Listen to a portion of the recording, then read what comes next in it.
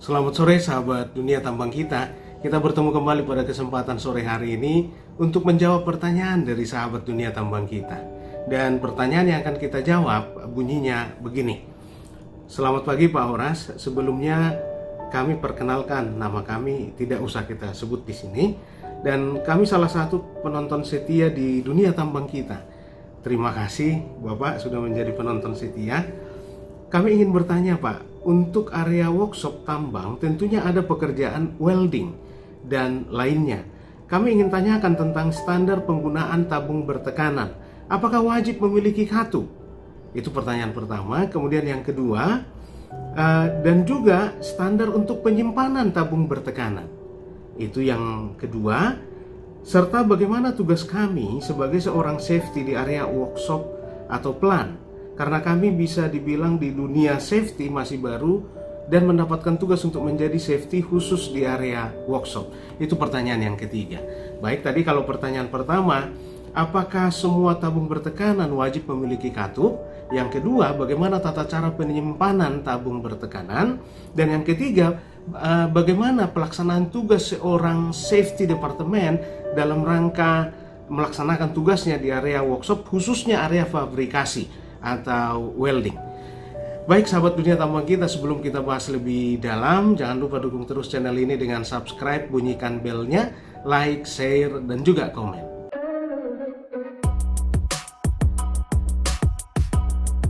Setelah kita melihat pertanyaan tadi, kita bisa simpulkan bahwa ada tiga inti yang dipertanyakan.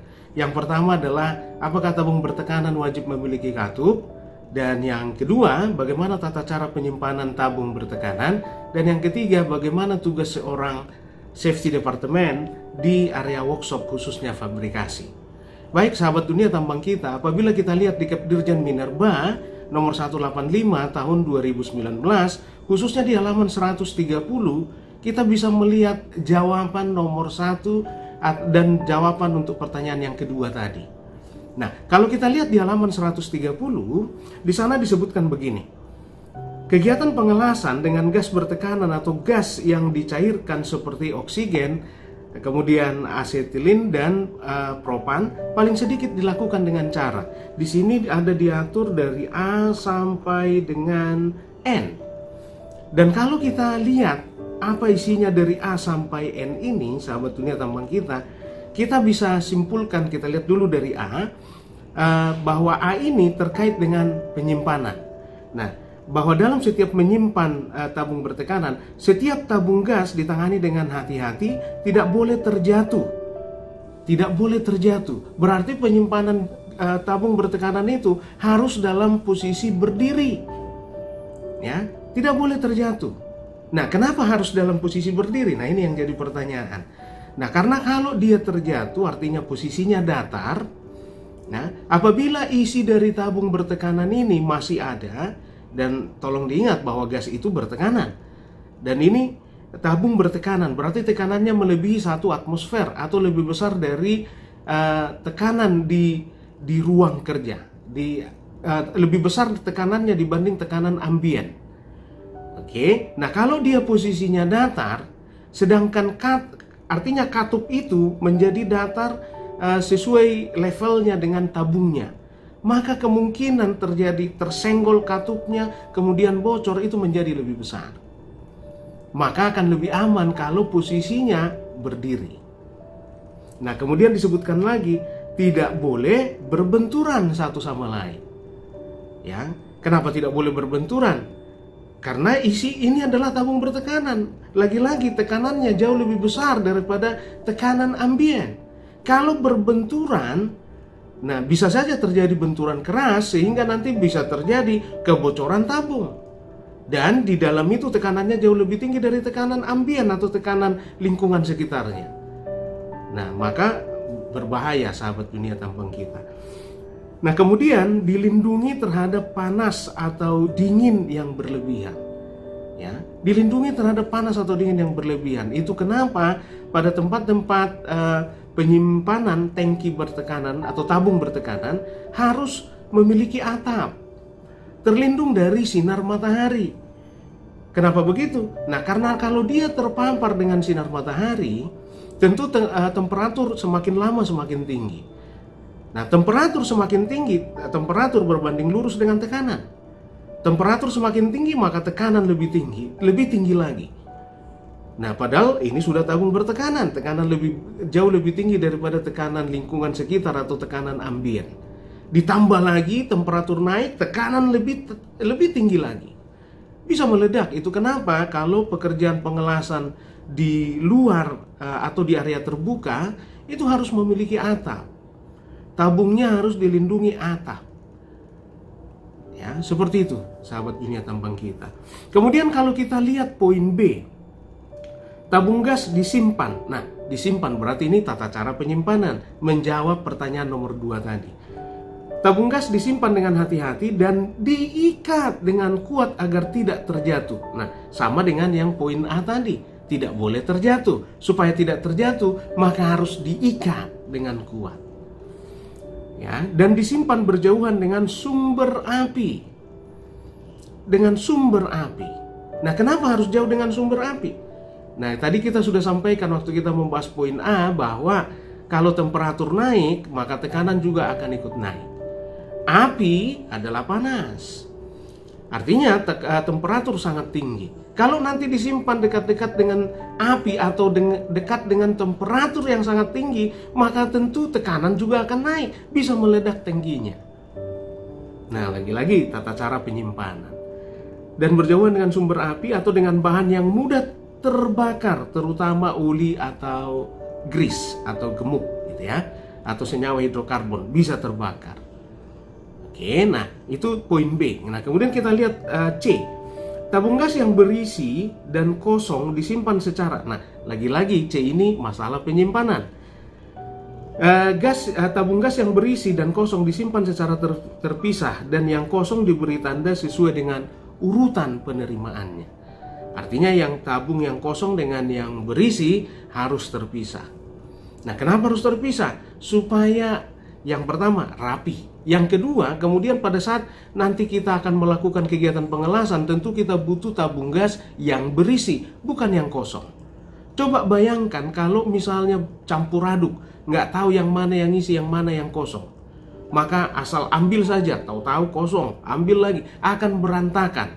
Berantakan artinya tabung gas bisa terjatuh, padahal tadi di A dan B sudah disebutkan di sana, jangan sampai terjatuh. Nah, karena berantakan juga katup bisa tersenggol, terbuka, keluarlah gasnya semua. Berbahaya, bisa meledak. Nah, itu yang dimaksud di poin C. Kemudian kita ke huruf D. Tabung gas atau oksigen bertekanan. Oke, nah ini terkait dengan katup, pertanyaan nomor 1 tadi.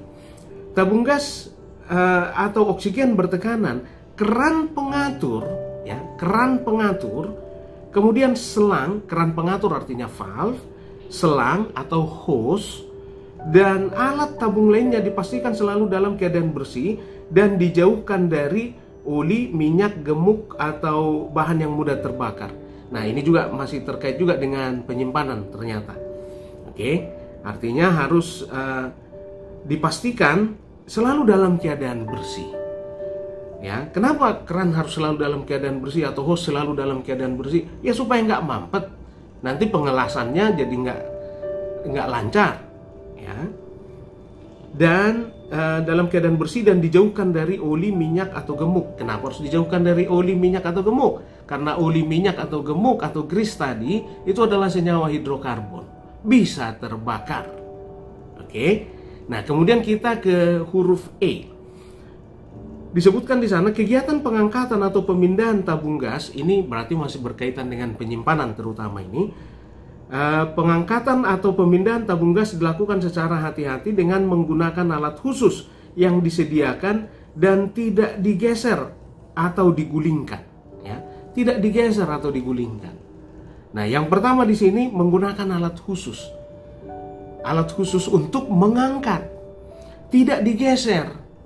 Artinya boleh nggak Pak pakai troli? Boleh, asal pastikan troli itu ada triggernya misalnya. Jadi sehingga tidak terjatuh dari troli saat diangkat. Atau misalnya kalau pakai forklift boleh, tapi harus pakai rak. ya, supaya tabungnya tidak terjatuh, dan pakai palet supaya forknya forklift tidak menyodok tabung bertekanan. Nah, seperti itu sahabat dunia tambang kita. Nah, tidak digeser atau digulingkan, ya, karena biasanya tabung bertekanan itu kan bulat. Nah, digulingkan aja supaya enak. Tidak boleh. Digulingkan itu artinya apa? Berarti posisinya sudah datar, padahal tadi tidak boleh terjatuh. Itu yang pertama. Yang kedua, digulingkan, berarti akan terjadi di situ, bisa terjadi benturan antara landasan dengan tabungnya. Ya, lagi-lagi katup juga bisa, valve bisa tersenggol, patah, bisa keluar gasnya. Oke. Nah, kemudian kita lanjutkan ke huruf F. Ini masih terkait dengan pemindahan. Pemindahan tabung gas dengan derek dilakukan dengan menggunakan geladak gantung yang aman.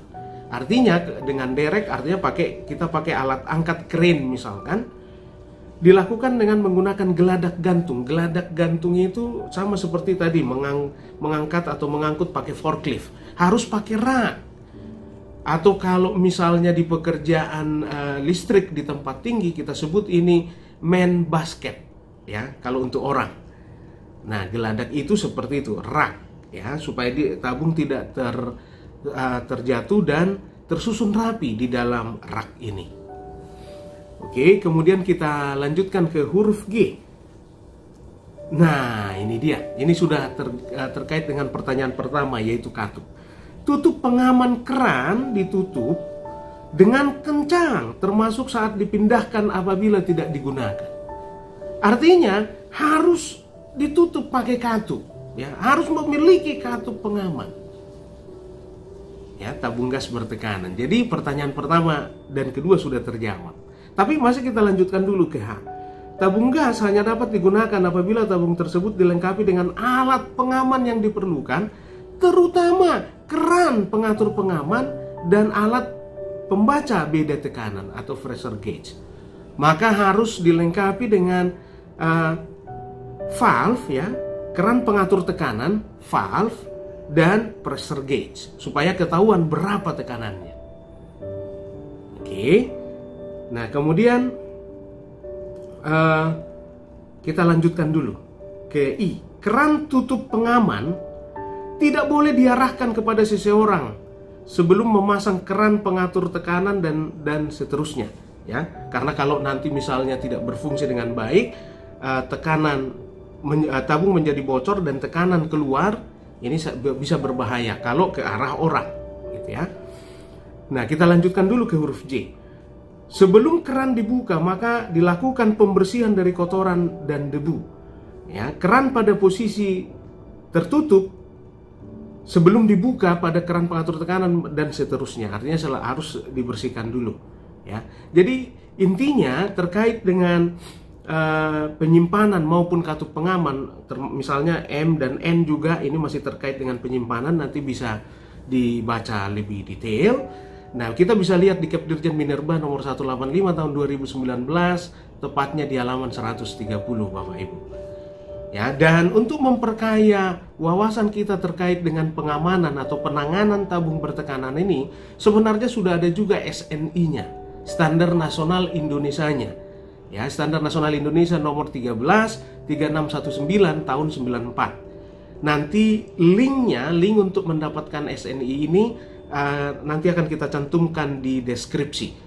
Jadi nanti sahabat dunia tambang kita bisa langsung search dengan mengklik di deskripsi nantinya. Kemudian terkait dengan pertanyaan yang ketiga, sebagai seorang personil dari Safety Department, apa yang harus kita lakukan dalam rangka memastikan pekerjaan pengelasan atau fabrikasi di workshop itu berjalan dengan aman? Oke, nah perlu saya ingatkan Bapak Ibu atau sahabat dunia tambang kita bahwa beda antara tugas seorang pengawas operasional dengan seorang personil dari Safety Department. Bagaimana supaya pekerjaan itu aman? Tentunya menjadi keinginan kita semua. Ya, baik itu pekerja, baik itu pengawas, Safety Department, sampai KTT, sampai kepala inspektur tambang pun keinginannya itu, sama keinginannya. Akan tetapi tanggung jawab untuk memastikan keselamatan anak buah dalam rangka pengerjaan pengelasan atau fabrikasi di dalam workshop lagi-lagi itu ada di pundak seorang pengawas operasional.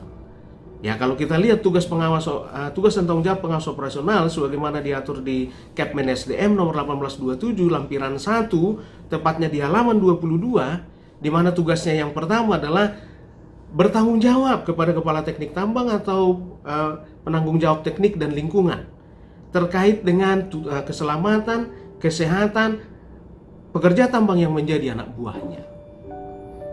Ya, supaya keselamatan anak buah itu bisa terjamin, bagaimana caranya? Maka seorang pengawas operasional tugasnya yang kedua harus melakukan inspeksi, pemeriksaan, dan pengujian. Dan ternyata bukan hanya anak buah yang perlu dipastikan seorang pengawas operasional tetap selamat pada saat melakukan pekerjaannya, tapi juga orang-orang yang ditugaskan kepadanya. Siapa itu orang-orang yang ditugaskan kepadanya? Itu anak buah orang lain yang sedang bertugas di wilayah yang menjadi tanggung jawab dia.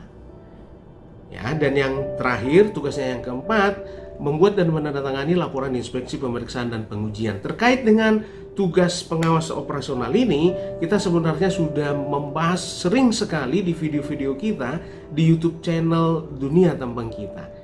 Jadi Bapak Ibu bisa nanti search di video-video kita yang lain.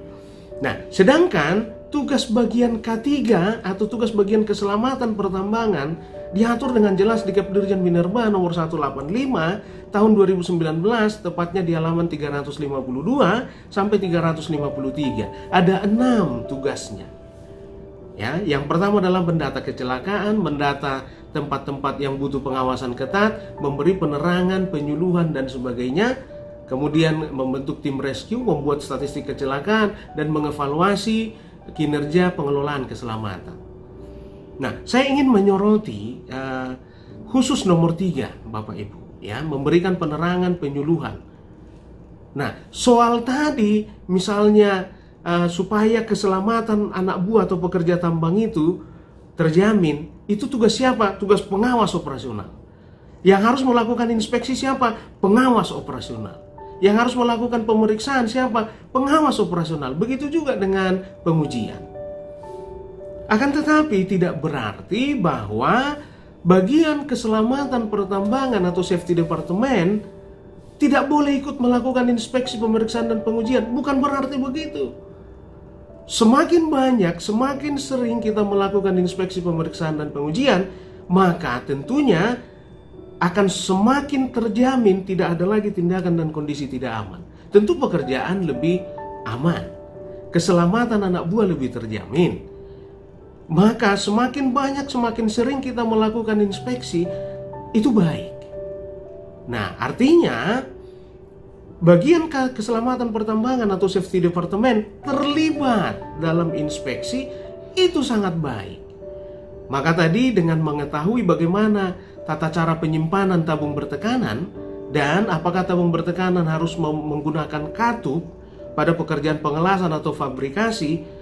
Nah, dengan mengetahui seperti ini, tadi beliau yang bertanya adalah safety department, maka safety department nanti kalau sudah tahu, maka bisa membantu pengawas operasional melakukan inspeksi, pemeriksaan, dan pengujian. Karena tanggung jawab inspeksi, pemeriksaan, dan pengujian ada di pundak seorang pengawas operasional. Ya, dan di samping itu tugas yang ketiga memberi penerangan, penyuluhan, petunjuk. Tentu seseorang bisa menerangi orang lain kalau dia lebih tahu dari orang yang dia terangi. Maka mari tingkatkan kompetensi, terutama teman-teman yang di safety department, karena Anda punya tugas memberi penerangan dan petunjuk. Tentunya seseorang yang memberi petunjuk kepada orang lain, tentunya dia lebih tahu daripada orang yang dia berikan petunjuk. Lampu 5 watt tidak bisa menerangi lampu 20 watt. Jadi begitu sahabat Dunia Tambang Kita. Nah, maka saya pikir pertanyaan pertama, kedua, dan ketiga sudah terjawab, gitu ya. Dan apabila masih ada pertanyaan atau yang mengganjal, silahkan masukkan di kolom komentar. Dan kalau ada pendapat lain atau sharing pengalaman lain, silahkan masukkan di kolom komentar supaya diskusi kita semakin kaya. Baik, sampai di sini pertemuan kita sahabat Dunia Tambang Kita, dan jangan lupa dukung terus program pemerintah dalam rangka mengendalikan penyebaran virus corona. Dan mari kita serahkan segala sesuatu kepada Tuhan yang Maha Kuasa. Badai pasti berlalu.